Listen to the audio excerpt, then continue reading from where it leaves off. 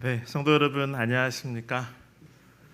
네, 하나님께서 우리의 마음을 따뜻한 생명과 또 평안과 하늘의 귀한 것으로 채우시길 간절히 바랍니다. 좀 급하게 준비를 하느라고 연결을 하나 못한 것이 있는데 연결을 좀 하고요.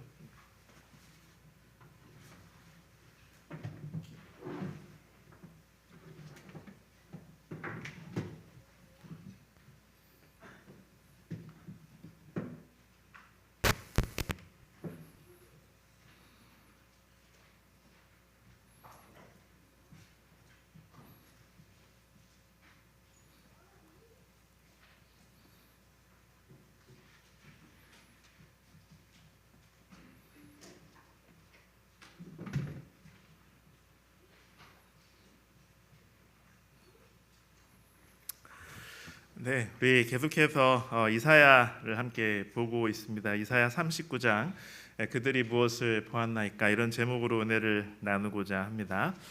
우리 이사야 39장 4절에 있는 말씀을 우리 함께 읽으시겠습니다. 오늘의 주제 성구로 정해 보았습니다.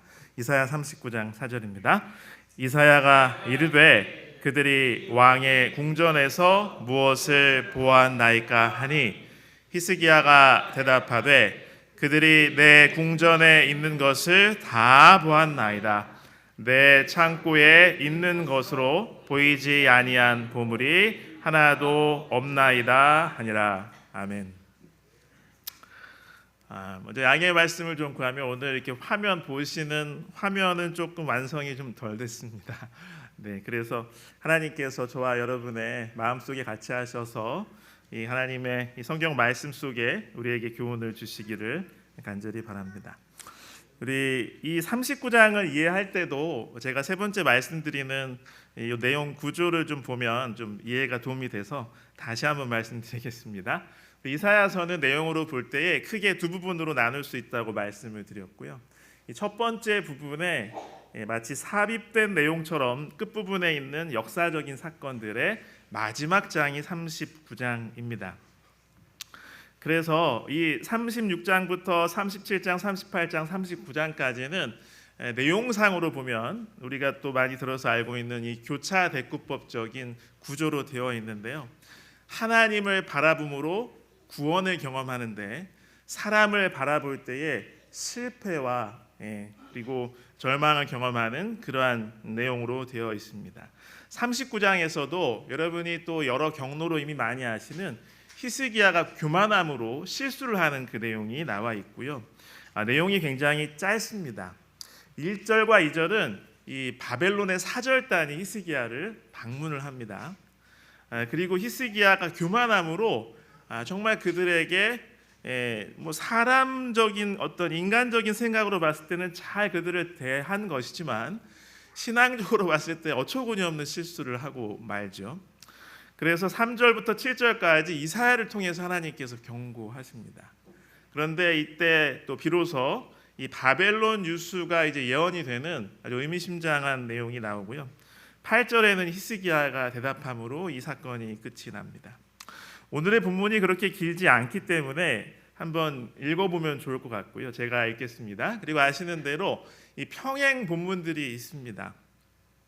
제가 읽겠습니다. 여러분 같이 이렇게 보시면 좋겠습니다.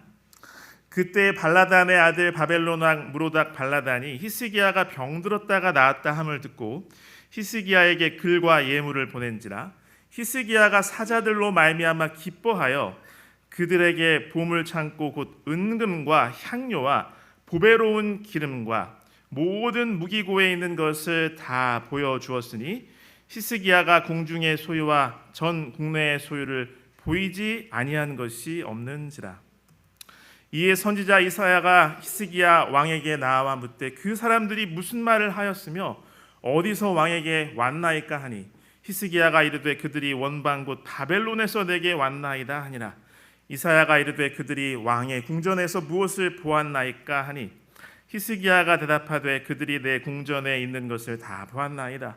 내 창고에 있는 것으로 보이지 아니한 보물이 하나도 없나이다 하니라. 이사야가 히스기야에게 이르되 왕은 만군의 여호와의 말씀을 들으소서.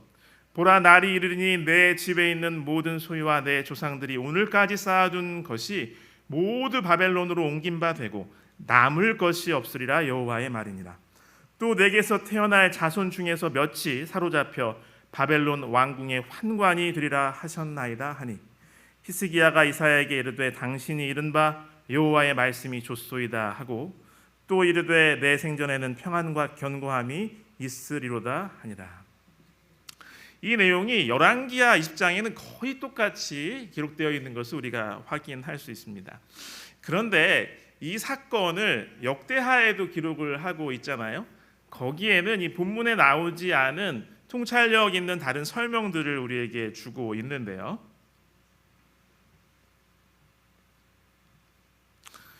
여기 역대하 32장 24절부터 26절에 있는 말씀은 좀 같이 한번 읽어보겠습니다. 그때에 히스기야가 병들어 죽게 되었으므로 여호와께 기도하매 여호와께서 그에게 대답하시고 또 이적을 보이셨으나 히스기야가 마음이 교만하여 그 받은 은혜를 보답하지 아니하므로 진노가 그와 유다와 예루살렘에 내리게 되었더니 히스기야가 마음의 교만함을 뉘우치고 예루살렘 주민들도 그와 같이 하였으므로 여호와의 진노가 히스기야의 생전에는 그들에게 내리지 아니하니라. 아멘. 여기 32장 또 뒷부분에는 또 이렇게 또 부가적인 중요한 설명을 하고 있죠. 31절에 그러나 바벨론 방백들이 히스기야에게 사신을 보내어 그 땅에서 나타난 이적을 물을 때에 하나님이 히스기야를 떠나시고 그의 심중에 있는 것을 다 알고자 하사 시험하셨더라. 여기 보면 바벨론 방백들이 여기 이때 히스기야를 찾아온 어떤 신앙적인 이 이면에 감추어진 그런 영적인 의도가 있었는데요. 그 땅에서 나타난 무엇을 물어보려고 했다고요? 이적을 물어보려고 했다고 하는 것이죠. 그런데 하나님께서는 이때 히스기야를 뭐 하셨다고 나옵니까? 떠나시고 시험하셨다고 이렇게 이야기를 합니다. 하나님께서 때때로 하나님의 백성들을 시험하실 때가 있습니다. 여러분 아시다시피 어제는 우리나라에서 되게 큰 시험이 있었죠. 뭐죠? 대학 수학 능력 시험이 있습니다. 얼핏 라디오를 들으니까 이번에는 국어가 굉장히 많이 어려웠다. 그래서 또 다른 과목에서 좀 만회해볼까 했는데 그것도 여의치 않았던 것 같다. 말하자면 불수능에 가까웠다. 뭐 이런 이게 평가가 있더라고요. 여러분 시험이 때때로 필요합니까? 필요합니다. 그래서 성경에서는 하나님이 사람을 시험을 하십니다. 하나님의 백성을 시험하시죠. 그런데 우리가 이 시험이라는 단어를 이해할 때 하나님은 이 유혹으로서의 시험은 하지 않으십니다. 그런데 어제 우리 온 나라 사람들이 마음을 졸이고 지켜보았던 그 수능 시험처럼 시험으로서의 시험은 하시는 것이죠. 그런데 그것은 결국 나에게 복을 주시려고 결국 생명 살리시려고 나를 시험하시는 하나님의 모습이 나타난다고 하는 것이죠. 글씨가 좀 작지요. 여기 선지자와 왕 346쪽에 히스기야에게 사자들이 내방한 것은 그의 감사와 헌신에 대한 시험이었다라고 이렇게 이야기하고 있습니다. 그래서 성경은 나를 시험하시는 하나님을 이야기하고 있습니다. 여기 잘 아시는 신명기에도요. 이 모세를 통해서 이렇게 말씀하시죠. 내 하나님 여호와께서 이 40년 동안에 내게 광야 길을 걷게 하신 것을 기억하라. 이는 너를 낮추시며 너를 시험하사 내 마음이 어떠한지 그 명령을 지키는지 지키지 않는지 알려 하십니다. 시험에서 나의 마음과 나의 신앙과 태도의 실상을 알고자 하신다는 거죠. 그런데 여러분 잘 생각해 보시면 하나님이 이걸 알려고 하시는 걸까요? 아니면 내 자신이 이거를 알게 하시려는 걸까요? 그렇죠. 내 자신이 이거를 제대로 보라고 하는 것이죠. 그래서 같은 장 16절에도 내 조상들도 알지 못하던 만나를 광야에서 내게 먹이셨나니, 같이 읽겠습니다. 이는 다 너를 낮추시며 너를 시험하사 마침내 내게 복을 주려 하심이었느니라. 아멘. 그래서 내가 인식하지 못하는 나의 실체를 깨닫고 회개하고 돌이켜서 마침내 복을 주게 하시려는 하나님의 뜻이 있더라 하는 것입니다. 그래서 시편 26편 2절에도 여호와여 나를 살피시고 시험하사 내 뜻과 양심을 단련하소서. 하나님 저를 시험해서 뭐를 단련해 주시라고요? 뜻과 양심을 단련해 주시라. 시편 139편 23절에 하나님이여 나를 살피사 내 마음을 아시며 나를 시험하사 내 뜻을 아옵소서. 좀 더 정확하게는 나 자신이 내 모습을 바라보게 하는 것이죠. 시험을 통해서 나의 연약함과 죄악을 내가 철저하게 깨닫도록, 나의 무력함과 약함을 철저하게 깨닫고 하나님께 회개하고 하나님을 붙들고 도우심을 구하도록 하나님께서 시험을 때때로 주시는 것입니다. 근데 히스기야는 복이 드문 선한 왕이었잖아요. 그에게는 이 고난의 큰 정말 내후 외환이 임했었죠. 정말 곧 죽겠다고 선언하신 죽을 것 같은 질병, 그리고 나라가 완전히 망할 것 같은 그런 외세의 위협, 그러한 고난의 시험은 히스기야가 성공적으로 통과했어요. 그런데 세상의 칭찬, 번영, 인기와 명예, 환호하는 사람들, 이러한 명예와 세상의 인기라는 그러한 시험은 통과하지 못하고 실패하였던 것입니다. 그런데 여기 역대하에도 나와 있지만 사실은 히스기야를 통해서 그로 대표하는 예루살렘 백성의 마음의 어떠함과 이 뿌리 깊은 죄악을 깨닫게 하시고 다시 한번 하나님께 돌아오게 하시려는 하나님의 시험이 있었다고 하는 것입니다. 그래서 이 사건을 통해서 히스기야와 예루살렘은 교만함을 뉘우치고 하나님께 회개하게 되었다고 성경은 이야기하고 있습니다. 여러분, 시험은 나에게 있어서 유익한가요? 네, 하나님께서 나를 테스트하실 때 그것은 나의 유익을 위한 것입니다. 시험에 승리하는 비결을 우리 예수님께서는 말씀해 주셨죠. 마태복음 26장 41절을 같이 읽겠습니다. 시험에 들지 않게 깨어 기도하라. 마음에는 원이로되 육신이 약하도다 하시고. 그러니까 정말 내 육신이 약한 것을, 난 정말 연약한 존재임을 자각하고 깨어 기도하는 것이 시험에 들지 않는 비결인 것입니다. 그리고 시편 139편 23절에 아까도 읽어드렸지만 나를 살피사 내 마음을 아시며 나를 시험하사 내 뜻을 아옵소서. 그래서 히스기야와 예루살렘 주민들처럼 시험에 실패할지라도 절망하지 마시기를 간절히 바랍니다. 완악하고 무력하고 속절없는, 실상은 어리석은 내 자신을 깨달으라고 나한테 주시는 것이 하나님의 시험, 테스트인 것입니다. 이밸류에이션이죠. 그러므로 그 다음에 나의 모습을 깨달으면 히스기야와 예루살렘 백성이 그랬다고 기록된 것처럼 회개하고 하나님께 매달리시길 간절히 바랍니다. 하나님의 도우심을 구해야 하는 것입니다. 그래야 하나님의 뜻, 시험을 통해서 우리에게 주고자 하시는 복을, 생명을 주실 줄로 믿습니다. 그런 의미에서 시편 139편 23절, 시편 26편 2절 이 부분을 같이 읽겠습니다. 여호와여 나를 살피시고 시험하사 내 뜻과 내 양심을 단련하소서. 하나님이여 나를 살피사 내 마음을 아시며 나를 시험하사 내 뜻을 아옵소서. 아멘. 그 다음에 이 말씀을 읽으면서 저는 이 영향력의 힘을 우리가 과소평가하면 안 되겠다. 항상 영향력을 주위에서 보면서 하나님께 이것을 위해서 좋은 영향력을 행사할 수 있도록 기도해야겠다라는 생각을 하게 되었습니다. 그러므로 전도하지 않으면 전도당한다고 하는 것입니다. 영향력이에요. 영향을 우리가 항상 주고받기 때문에 나도 뜻하지 않더라도 굉장히 많은 영향을 다른 사람들에게 주고 있을까요? 그렇죠. 그리고 우리도 이 세상을 통해서 엄청난 영향력을 받고 있는 것입니다.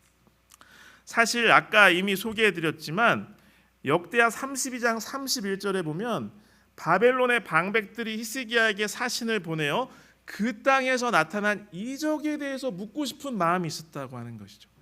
그러니까 이 히스기야와 유다 백성들한테는 전도할 수 있는 절호의 기회였다고 이야기합니다. 여기 바로 700년 뒤에 이 사건과 매우 비슷한 사건이 일어난 것은 우리는 알고 있습니다.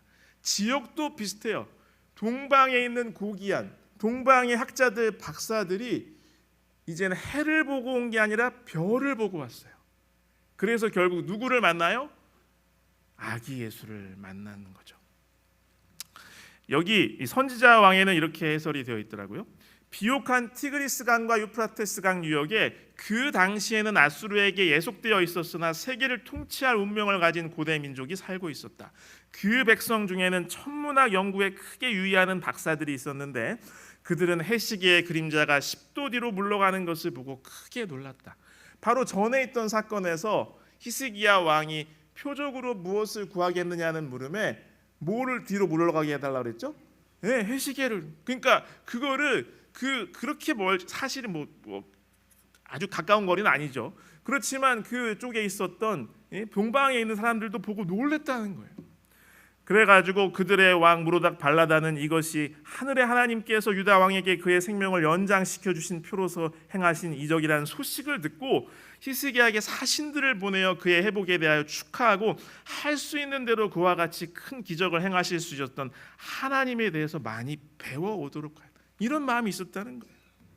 먼 나라의 통치자에게서 온 이 사자들의 내방은 히스기야에게 살아계신 하나님을 찬양할 기회를 주었다. 모든 피조물을 붙드시는 분, 다른 모든 희망이 사라졌을 때에 정말 죽음이 선고되었잖아요. 은총을 통하여 자신의 생명을 구한 하나님을 그들에게 소개하는 일이야말로 히스기야에게 얼마나 쉬운 일이었을까. 그렇게 극적인 경험, 뚜렷한 기적을 경험했잖아요. 만일 갈대아 평야에서 진리를 찾으러 온 사람들이 살아계신 하나님의 최상권을 승인하도록 인도함을 받았더라면 얼마나 중대한 변화가 일어났을 것인가라고 이렇게 이야기하고 있습니다. 여러분, 우리가 이미 이사야를 쭉 봤죠. 이사야 앞부분에서도 군데군데 많이 예언된 그 일이 일어난 거예요. 이방 사람들이요, 하나님을 믿지 않던 사람들이 예물을 싸들고 와가지고 하나님의 성전까지 나온 거예요. 그리고 막 물어보는 거예요. 여기 뭔가 남다른 게 있는 것 같다, 진리가 있는 것 같다 하면서 그렇게 다가오는 일이 일어난 것이죠. 그래서 이사야의 그 예언이 성취될 수도 있는 아주 절호의 기회였어요. 작은 성취, 그러나 영광스러운 이 복음의 전도가 일어날 수 있는 기회였지만, 그러나 히스기야는 그것을 자기의 영적인 눈이 그때 멀므로 인해서 완전히 낭비해 버리게 만 것이죠. 이 700년 후에 진짜 왕, 우주의 왕, 인류의 구원자요 주권자를 찾아서 멀리 동방에서 온 사절단을 마음속에 우리는 떠올리게 됩니다. 그 동방에서 온 박사들, 고명한 학자들이 바라는 것은 어떤 히스기야가 보여줬던 이 나라의 최고의 보물들이 아니었어요. 그들은 감격했어요. 단지 마구간이면 충분했습니다. 말구유면 충분했어요. 정말 가난해 보이는 젊은 아기 아빠와 엄마면 충분했어요. 아기였으면 충분했어요. 그들은 단지 예수님만 계시다면 감격할 수 있었습니다. 그들은 마구간에서 노인 정말 가난한 집안의 그 아기에 감격하고 돌아갔습니다. 히스기야가 그들에게 과시했던 값비싼 보물과 향료들이 필요 없었어요. 동방에서 온 사절단에게 누가 진짜 왕이신지 보여주면 되는 거였어요. 그는 전도에 실패하고 오히려 전도당했습니다. 그 이유가 무엇이었습니까? 여기 이사야 39장 2절에 보니까 히스기야가 사자들로 말미암아 기뻐하였다. 기뻐하다, 즐거워하다. 그 다음에 역대하 32장 25절에 보니까 같이 한번 이 전반부 읽어보실까요? 히스기야가 마음이 교만하여 그 받은 은혜를 보답하지 아니하므로. 마음이 교만했어요. 사람들을 보고 기뻐했어요. 야, 나의 명성이 이 대단한 나라, 정말 부강한 나라, 멀리 있는 나라까지 퍼지다니 정말 기분 좋다. 칭찬하고 막 귀한 선물 가져오니까 아싸 막 그러면서 사람들 보고 기뻐하고 교만했습니다. 교만하다는 것은 높다, 고귀하다는 단어이고 나쁘게 쓰이면 교만하다는 그 단어였어요. 여러분, 죄의 본질은 교만이더라고요.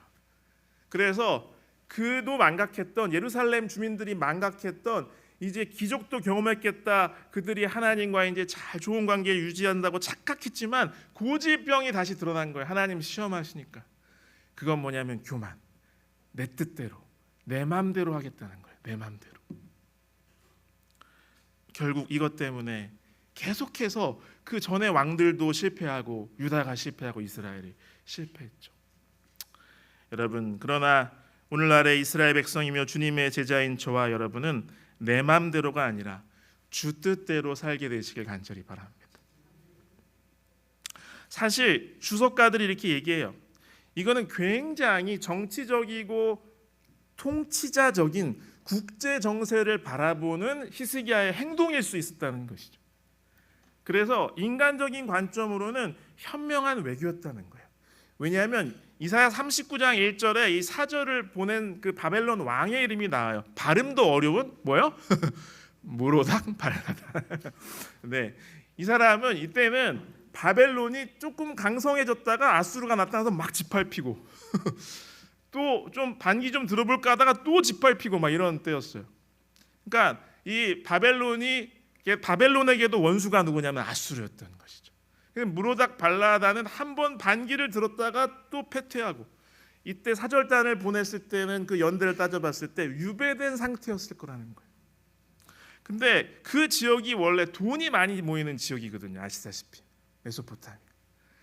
그러니까 이 아수르 왕에게 이 쬐끄만 나라가 놀랍게 계속 대항해가지고 이렇게 성공을 거둔 거 보니까 이 바벨론 왕이 왜 보낸 거예요? 나랑 같이 뭔가 동맹해가지고 저 거대한 아수르를 좀 대항해보고 싶지 않나, 뭐 이런 걸 하려고 왔다는 거죠.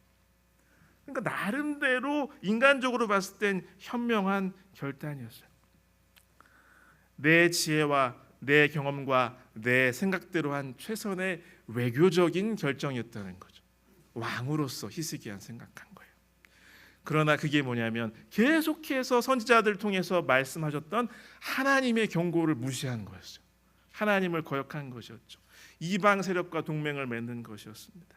이스라엘을 비롯한 선지자들의 반복적인 기별이 무엇입니까? 저 아프리카 북쪽, 저 남쪽에, 팔레스타인 남쪽에 있는 어디로 내려가지 말라고요? 애굽으로 내려가지 말아라. 그리고 성경은 이렇게 일관적으로 바벨론과 손잡지 말라고 우리에게 이야기하는 것입니다. 오늘날 우리에게도 그렇게 이야기하죠. 아시다시피 애굽은 세상의 화려함과 문화, 그 다음에 무신론, 하나님을 무시하는 것에 대한 상징입니다. 바벨론은 입으로는 하나님을 섬긴다고 하지만 사실은 하나님을 이용해서 자기를 섬기는 그러한 주의의 그러한 신앙을 상징하는 것이죠. 하나님의 이름을 팔아서 나를 섬기게 하는 나신교, 진리와 오류를 짬뽕하는 그러한 신앙. 성경은 오늘날의 이스라엘 백성인 저와 여러분에게도 애굽으로 내려가지도 말고 바벨론과 손잡지 말라고 이야기하는 것입니다. 히스기야가 이렇게 변명을 하죠. 이사야가 근엄하게 왔습니다. 하나님의 권위를 가지고 말씀을 가지고 왔어요. 그래서 물어봅니다. 3절에 그 사람들이 무슨 말을 하였으며 어디서 왕에게 왔나이까 하니, 히스기야가 이르되 뭐라고 해요? 그들이 원방 곧 바벨론에서 내게 왔나이다 하니라. 여기 어떤 주석가들은 앞부분에 이사야가 질문한 것에 대해서 히스기야가 바르게 대답을 하지 못하고 대답을 하지 않는 것에 주목을 합니다. 무슨 말을 하였으며 그 말은 하지 않고 먼저 꺼낸 게 뭐냐? 그 멀리서 왔어요. 저기 바벨론에서 온 사람들이에요. 약간 변명하려고 했다고 이렇게 주석을 합니다. 여러분, 바벨론에서 사절단이 왔을 때 히스기야가 자기 뜻대로 먼저 결정해서 행동하지 말고 그가 바로 전장에서 내가 근신히 행하겠다고 하나님께 고백한 것처럼 먼저 기도했더라면, 기도 먼저 했었더라면 얼마나 좋았을까 하고 우리는 안타까워할 수밖에 없습니다. 이방인의 사절단이 찾아왔을 때 원방에서 온 줄 알고 멀리서 온 줄 알고 우쭐해서 덥석 옳았구나 하면서 조약을 맺었다가 나중에 큰 코 다친 적이 또 한 번 있죠. 사기당해서 어려운 적 있었잖아요. 바로 여호수아 9장에 바로 기브온 주민에게 속아서 조약했을 때도 그랬지 않습니까? 그래서 우리는 먼 나라에서 왔나이다 조약을 맺읍시다 하니까 여호수아와 지도자들이 좋다 그러면서 여기 우리가 쫓아내야 될 이방인들은 아니니까 조약 맺자. 그러면 조약 맺어버렸잖아요. 그 말만 믿고 하나님께 여쭤보지 않고 덥석 조약을 맺었다가 사기당하고 큰 실수했다는 사실을 그 뒤에 깨닫고 후회했지만 늦었습니다. 여러분, 저와 여러분들도 세상과 함부로 조약을 맺어서는 안 됩니다. 세상 사람들과 함부로 깊은 관계에 동업을 해서는 안 돼요. 먼저 누구와 의논해야 되는 거예요? 하나님과 의논해야 되는 것입니다. 여기 계속해서 우리 증언의 말씀이 이야기합니다. 그러나 히스기야의 마음은 교만과 허영심으로 가득 차서 자기를 높이기 위하여 탐욕의 눈을 가진 이들에게 하나님께서 당신의 백성을 부유하게 하신 보물들을 보여주었다. 정말 높으신 하나님을 보지 못하고 자기를 막 칭찬해주고 막 이렇게 인기와 명예가 올라니까 자기를 높이려고 했다는 거예요. 선지자 왕 345쪽 왕이 이렇게 한 것은 하나님을 영화롭게 하고자 함이 아니요 외국 방백들의 목전에서 자신을 높이고자 함이었다. 내가 뭔가 있다는 것, 내가 아직 안 죽었어, 나 돈 많아, 무기 많이 준비했어, 이렇게 해야 동맹을 잘 맺을 수 있으니까 그 생각을 했다는 거죠. 계속해서 이야기합니다. 히스기야가 이스라엘의 하나님의 능력과 자비와 긍휼을 증거하도록 그에게 주신 기회를 선용하였더라면 그 사자들의 보고는 흑암을 뚫는 빛이 되었을 것이다. 그러나 히스기야는 만군의 여호와보다도 자기 자신을 더 높였다. 그러니까 그 사절단들이 와서 하나님은 보지 못하고 히스기야에게 주신 하나님의 복만 봤다고 하는 거죠. 많이 그 보물들과 방비되어 있는 것만 보고, 그러니까 그들은 가서 뭐라고 보고했어요? 그런 거 뺏어오면 되겠다라고 생각을 하게 되었다고 하는 것입니다. 여러분, 그러므로 우리도 사람을 보고 너무 기뻐하지 마시길 바랍니다. 울무에 빠지기 쉬운 것입니다. 여러분 잘 아시는 시편 28편 7절, 느헤미야 8장 10절 우리의 고백과 기도와 태도가 되길 원합니다. 같이 읽겠습니다. 여호와는 나의 힘과 나의 방패이시니 내 마음이 그를 의지하여 도움을 얻었더라. 그러므로 내 마음이 크게 기뻐하며 내 노래로 그를 찬송하리로다. 아멘. 계속해서 읽겠습니다. 이 날은 우리 주의 성일이니 근심하지 말라. 여호와로 인하여 기뻐하는 것이 너희의 힘이니라 하고, 여호와를 인해서 기뻐해서 힘을 얻게 되시기를 간절히 바랍니다. 그리고 나를 높이지 말고 참으로 높으신 하나님을 바라보는 제가 되고 또 여러분이 되었으면 참 좋겠습니다. 여러분이 잘 아시는 이 찬양 가사로도 있는 시편 131편, 바로 높으신 하나님을 바라보는 겸손한 마음의 태도가 잘 나타나 있어요. 제가 읽어보겠습니다. 여호와여, 내 마음이 교만하지 아니하고 내 눈이 오만하지 아니하며, 개역 한글판 높지 아니하며, 내가 큰 일과 감당하지 못할 놀라운 일을 하려고 힘쓰지 아니하나이다. 왜냐하면 나는 무력한 존재이니까, 나는 어리석은 존재이니까. 실로 내가 내 영혼으로 고요하고 평온하게 하기를 젖된 아기가 그의 어머니 품에 있음 같게 하였나니 내 영혼이 젖된 아이와 같도다. 누구만 의지하는 거예요? 하나님을 의지하는 거예요. 이스라엘아, 지금부터 영원까지 여호와를 바랄지어다. 정말 높은 존재, 높은 곳에서 오는 도움을 바라는 그러한 마음의 자세, 우리가 품고 실천하게 되기를 간절히 바랍니다. 그 다음에 이 말씀을 보면서 저는 이런 생각을 하게 되었어요. 무엇이 내 집의 진짜 보물인가? 무엇이 내 집의 진짜 보물인가 하는 것입니다. 여기 2절에 보니까 히스기야가 궁중의 소유와 전 국내의 소유를 다 보여주지 아니한 것이 없는데 그들에게 보여준 게 앞부분에 보니까 보물 창고였어요. 보물을 다 보여줬어요. 여기 4절에도 이사야가 물어봤을 때 대답하기를 내 궁전에 있는 것을 다 보았나이다. 내 창고에 있는 것으로 보이지 아니한 보물이 하나도 없나이다. 보물을 다 보여줬다고 생각했어요. 돈, 무기, 귀중품 뭐 다 좋죠. 이 향료가 나오는데 기름이 나오는데 이건 뭘 뜻하는 거냐면 이런 귀한 물건들을 모아들이기가 쉬울까요? 어려울까요? 어렵잖아요. 근데 지금 어떤 상태였어요? 이 전일 수도 있고 이 후일 수도 있지만 아수르가 막 도시 하나씩 파괴하던 때가 지금 예루살렘만 남기고 아수르가 모든 도시를 파괴하고 있는 그런 상황이었어요. 그렇죠? 그 위협이 있는 상황에 이러한 것이 잘 갖춰져 있다라는 것은 이런 거 왕으로서 아직도 나의 통치력이 건재하다라고 이렇게 나타내는 거죠. 아직도 나 이런 거 가져올 수 있어. 그러나 이러한 모든 것들이 우리의 운명을 바꾸지 못하는 것이죠. 하나님의 백성의 신세를 나의 운명을 바꿀 수가 없음을 깨달아야 하는 것입니다. 히스기야가 망각한 것은 바로 이사야의 그 다음에 이 언급처럼 만군의 여호와였어요. 만군의 여호와.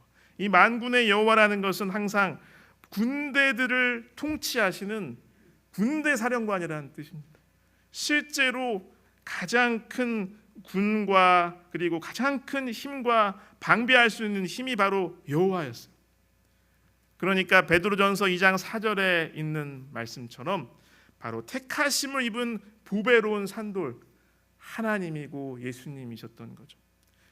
그게 진짜 보물이었는데 히스기야는 그것을 잃어버렸다는 것입니다. 병거나 말이 아니었죠. 다른 갖춰놓은 것들이 아니었습니다. 시편 20편 6절로 8절 여호와께서 자기에게 기름 부음 받은 자를 구원하시는 줄 이제 내가 아노니 그의 오른손에 구원하는 힘으로 그의 거룩한 하늘에서 그에게 응답하시리로다. 7절 8절 같이 읽겠습니다. 어떤 사람은 병거 어떤 사람은 말을 의지하나 우리는 여호와 우리 하나님의 이름을 자랑하리로다. 그들은 비틀거리며 엎드러지고 우리는 일어나 바로 서도다. 아멘. 그러니까 진짜 히스기야 왕궁에 있는 보물은 뭐였어요? 하나님이셨잖아요. 그런데 다른 것만 보여준 것입니다. 여기 사무엘상 17장 47절 여러분 잘 아시는 말씀입니다. 이 전반부 같이 읽겠습니다. 또 여호와의 구원하심이 칼과 창에 있지 아니함을 이 무리에게 알게 하리라. 전쟁은 여호와께 속한 것인지. 돈으로 이길 수 있는 것도 아니었고 무기로 이길 수 있는 것도 아니었고 귀중품으로 이길 수 있는 것도 아니었고 바로 하나님이 이기게 하심을 그는 망각했다고 하는 것입니다. 그러므로 골로새서 2장에 있는 말씀처럼 예수 그리스도 안에 가장 모든 지식과 보화가 감추어 있음을 우리는 기억하게 되기를 간절히 바랍니다. 700년 뒤에 동방 박사들이 그 마국간의 말구유의 아기 예수를 보고 감격하고 감동했듯이 우리는 우리 질그릇에 담긴 보화를 보여주면 되는 것입니다. 질그릇을 아무리 꾸며봤자 그것은 질그릇일 뿐입니다. 히스기야의 궁전에 가득했던 그 보물 아무리 많아봤자 그것은 질그릇일 뿐입니다. 마음속에 있는 보화이신 예수 그리스도를 보여줘야 되는 것입니다. 그러므로 하나님께서는 우리의 인생에 있어서 정말 이 세상과 싸워서 이기는 승리의 비결을 이렇게 이야기해 주셨죠. 고린도전서 1장 27절로 29절에 있는 말씀입니다. 같이 읽으시겠습니다.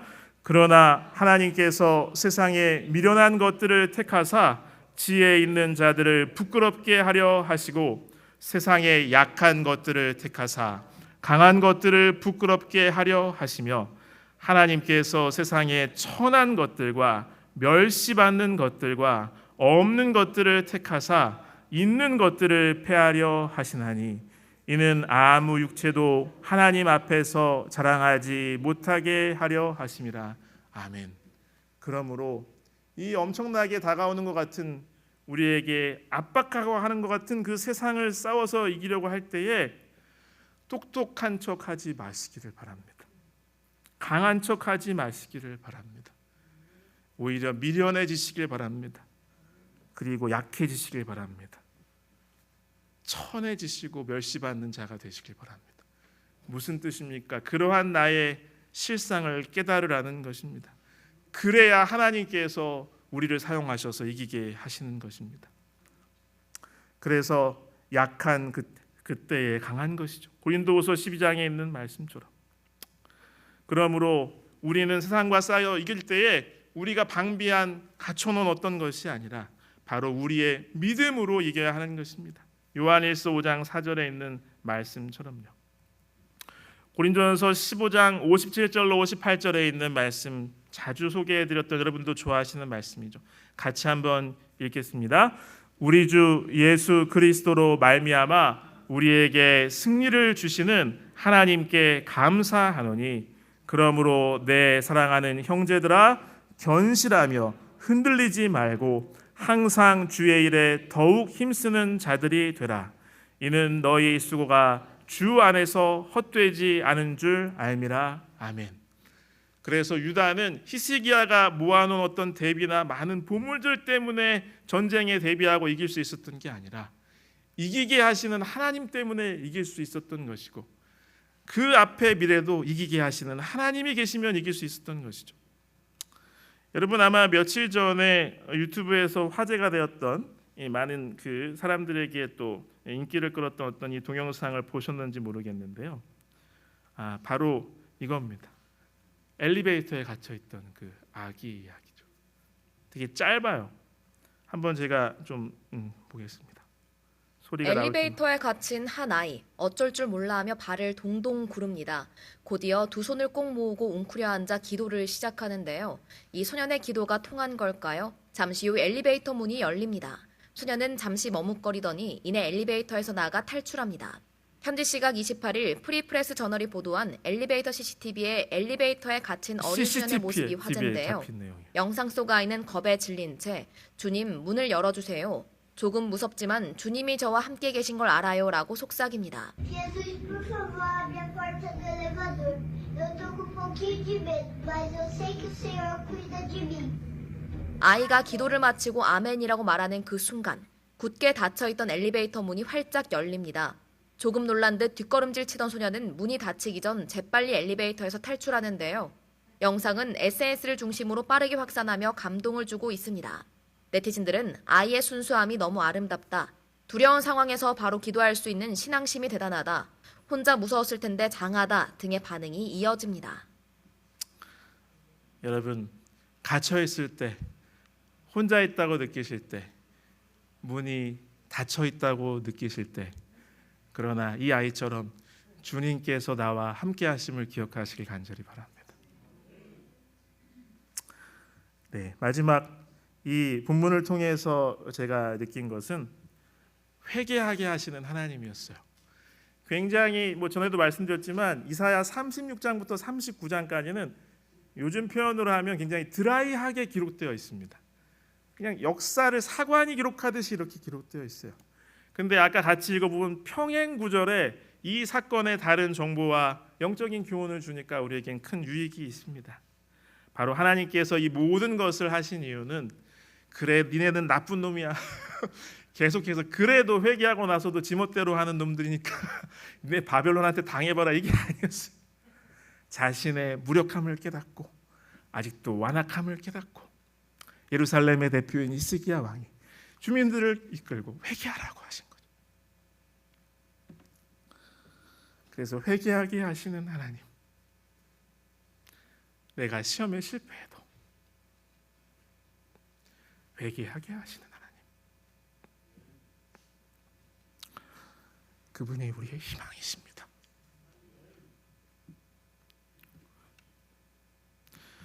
여기 8절 말씀을 보면 히스기야가 굉장히 단순하게 이야기해요.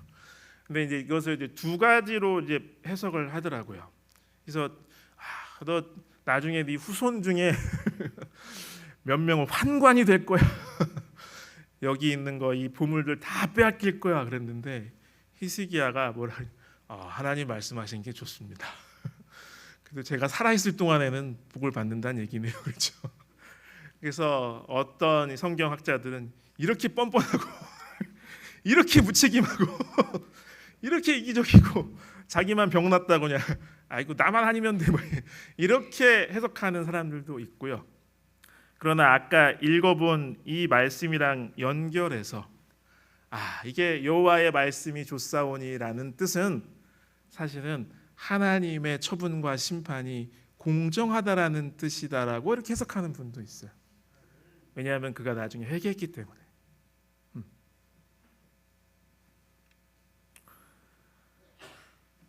히스기야의 생전에는 그들에게 내리지 아니하리라. 여러분 근데 이렇게 역사적인 그 국면은 굉장히 암울하게 끝나거든요.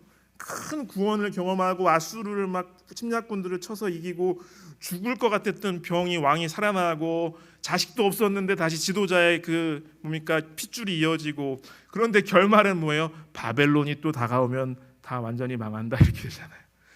그런데 아시다시피 그 다음 40장부터 이사야의 후반부는 뭐냐면 하나님께서 계속 마침내 회복시키신다는 이야기가 계속 나옵니다.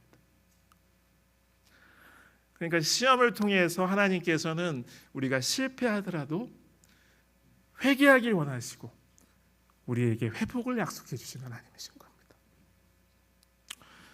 여러분 우리 증언의 말씀도 이것을 이렇게 이야기하고 있죠. 이사야가 이르되 그들이 왕의 궁전에서 무엇을 보았나이까 하니. 그런데 여기 원문의 단어는 궁전이란 뜻이 아니고 집이란 뜻이에요.